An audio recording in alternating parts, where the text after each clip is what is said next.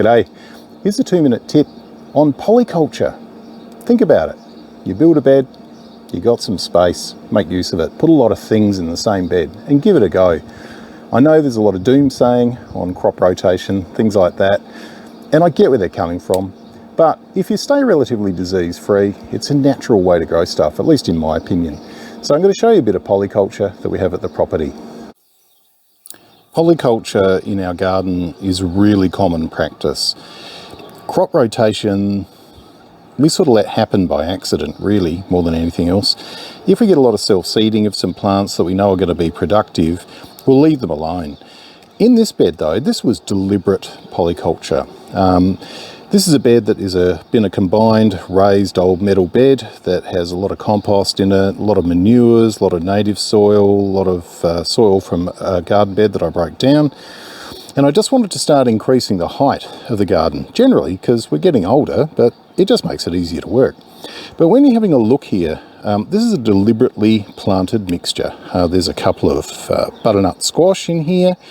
We have what I believe is a tomato here. God, I'm terrible at keeping records. And another variety of tomato where my record keeping has definitely let me down. In the front here, we've got a cos lettuce that was left over from a punnet that I planted in the other day. And of course we have a glorious Neil Pinot. Thanks again, Neil from Cool Climate Tropical Fruits in Canberra. So as you can see, it's tightly packed. It has a pretty high water demand, and it's something that relies on a lot of attention. I'll have to increase some stake sizes and things like that into this bed as well, but that's okay. Over here, we have more polyculture, which is really quite straightforward. We have some tomatoes that are based in here, and underneath we have cucumbers.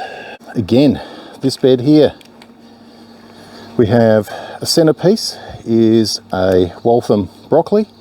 We've had the last remnants of some borlotti beans. We have some lettuce growing here, a self-seeded silver beet, and there are 4 tomatoes in here as well. So why don't you give polyculture a go in your garden beds? It's a nice way to do it. In my view, it's a natural way to do it, and it never fails getting good crops. Thanks.